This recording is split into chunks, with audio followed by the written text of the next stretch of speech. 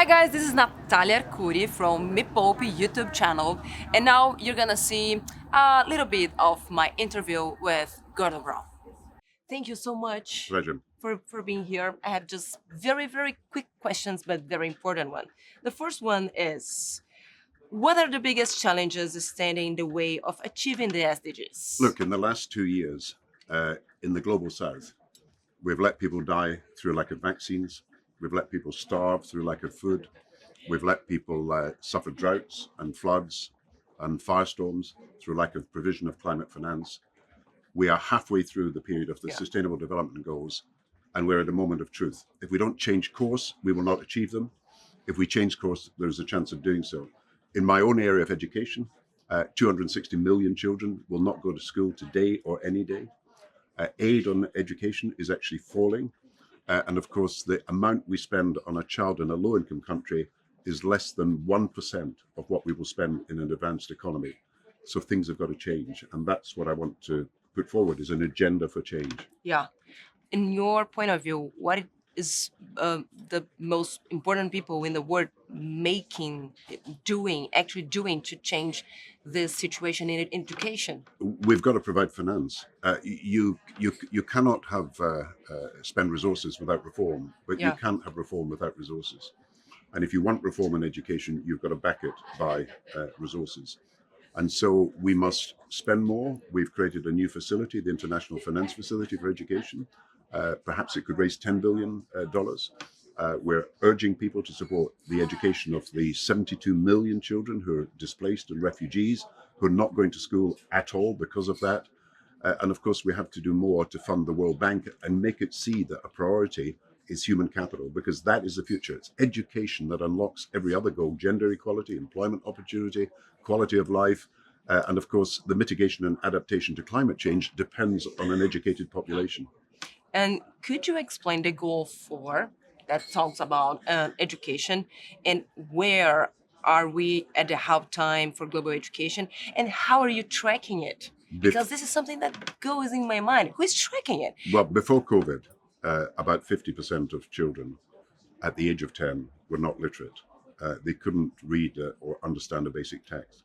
And that's 50% in low and middle income countries. Now the figure is 70% because of the damage done by COVID, because of the failure to catch up, and because of the decline in aid and the stalling of investment in education in most of the countries that are in the global south.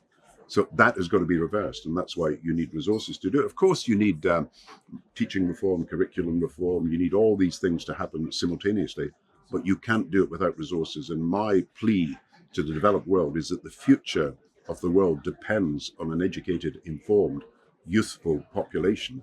And unless you invest in them, you are storing up trouble for the future. So for me, we are in a paradigm between the short term and the long term. And education is only about long term. And people who are living now, they don't want to give up something, some privileges. So my question is for Gordon Brown. What are you really willing to give up so that the 70 SDGs are achieved? Well, we have got to redistribute resources from the north to the south. We've got massive earnings from oil and gas. That is a windfall for the petrostates. Clearly, we've got resources that we can use to make sure that everybody has a chance. We're talking about bridging the gap between what children are and what they have it in themselves to become. And if you don't invest in education, then you will not have employment, you will not have health, you will not have even a better climate. You can't have a healthy planet without healthy people, and you can't have healthy people without investment in human capital, and that's what's going to happen. So if I had my way, I would be making sure that the World Bank is properly financed. I'd be making sure that the transfer of what's called special drawing rights has happened. I'd make sure that the West honoured its promises for 100 billion for climate finance for the developing world.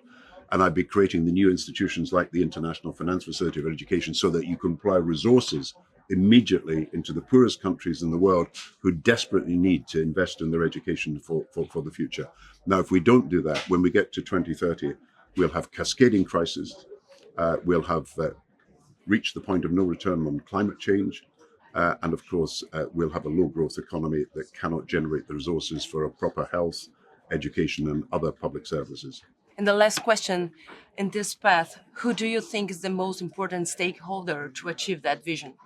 What the most important people are the people in the global south who've been denied opportunities, and anything I can do to help them express their dissent and their views and their desire for change. But of course, we rely on the leaders to make changes.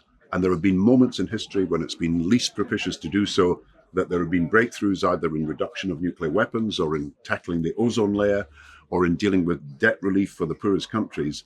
And that's the kind of breakthrough we want, a breakthrough that gives us the finance that is necessary to deal with both climate change and the investment in health and human capital that is absolutely necessary now. That's what's got to happen. And it's going to happen quickly, and you've got to make decisions soon. And the leaders are under pressure now to do something, and hopefully you and so many people watching will actually put them under pressure. We are here for that. Thank you so much. Okay. Good work. Thank you. Thank you. Good to talk.